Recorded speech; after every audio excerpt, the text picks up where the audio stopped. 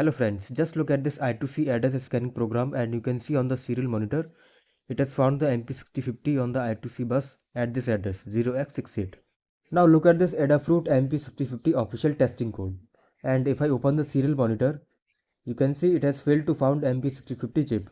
So why this is happening? The I2C scanning program is able to find the MP6050 but this Adafruit library failed to find this MP6050. So let's answer this anomaly in detail. So this is the I2C address scanning program and it will scan whether some device is present on the I2C bus or not. So you see these two wires, blue and orange. These two wires are together forming the I2C bus. One wire is for SDA, means serial data, and other for SCL, means serial clock. And devices is nothing but a counter which we will increase whenever a new device is found. And in the setup function we are initializing the wire library. So wire library is used for the I2C communication protocol. And we are also waiting for the serial communication using the while loop. And in the loop section we are defining a variable called response. So we are scanning all the possible addresses starting from 0 to 127.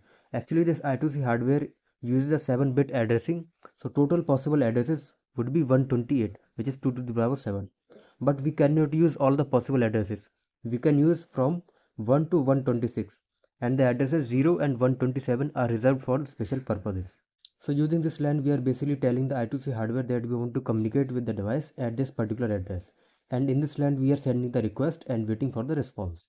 So if the response is equal to 0, it means we have found the device at this decimal address, and in this portion we are printing the hex address. Okay, this is the decimal address and this is the hex address, that's the only difference.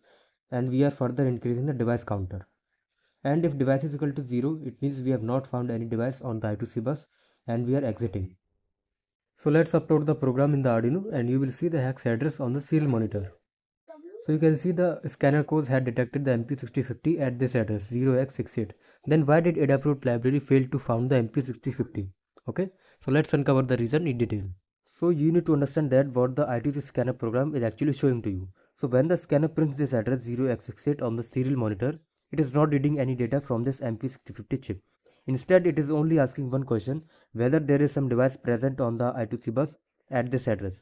So I2C bus is formed by these two wires SD and SCL. But this does not tell us whether this MP6050 is a genuine chip or a clone version. And this is where the things get interesting. So the I2C address of the MP6050 is not always 0x68. It may change. Suppose I have another MP here. So the address of this MP would be 0x69. And the I2C address is decided by the AD0 pin on the MP6050. Right? And by default this AD0 pin is low. If it is low, it means the address would be 0x68. And if it is high, it means the address would be 0x69. So we can connect both the MPUs to the same A4 and A5 pins of the Arduino, and we can select the I2C address based on the AD0 pin state. If it is high, it means this address, and if it is low, it means this address.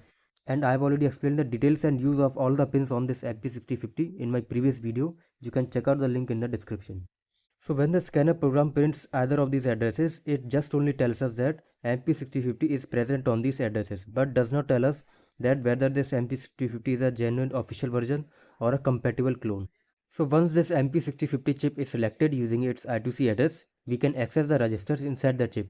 And registers are nothing but a tiny memory locations. Like accelerometer data lives in one register, gyroscope data lives in another register, and there is one more special register called Who Am I. And this Who Am I is not a slang, it is an official name used in the data sheets. Okay, you can see on your screens. And this is the register which tells the identity of the MP6050. Now identity means whether it is a genuine official version or it is a compatible clone. Now you need to understand two more things here, this Who Am I register and the value it is holding. So 0x75 is basically the address at which this Who Am I register is present, and the value it is holding may vary depending on what kind of MPU you are using. Suppose you are using clone version, then the address would be something like this 0x70 or 0x80, something like that. And if you are using official genuine version, then the address would be this 0x68, and this is fixed. And note that this address and these values are for the MPU family IMUs. Now I have two programs right here. This is Adafruit program which fails to find MP6050, and it is supposed to print all the values for acceleration, gyroscope and the temperature. And you can also find this program on the official website of Arduino forum, and I will also provide the link in the description. And this program explains you the reason why this Adafruit program failed to find the MP6050. Now let us upload this program in the Arduino. And you can see on the serial monitor the returned ID is 0x70, which is basically the value holding by the whoami register, and the result is ID mismatch, expected 0x68 but got 0x70. And this is the reason why this Adafruit program fails to find the MPU6050, because it only expects the value or the ID 0x68, but the MPU6050 that I have is returning 0x70 because it is a clone version, and this Adafruit library only works with the genuine official versions, right? That is why it is blocking this ID 0x70. So this Adafruit library is very strict regarding the clone versions. It only passes the value or the ID returned by the official versions. And this is the reason why most beginners use the flexible libraries like MP6050 or MP6050 Lite. So you can see the visual workflow of the entire process on your screens. And if this video saved your hours of debugging, then make sure you subscribe to my channel for more real embedded explanations. And if you have any doubts regarding this project, then comment down below in the comment section, and I will see you in the next video.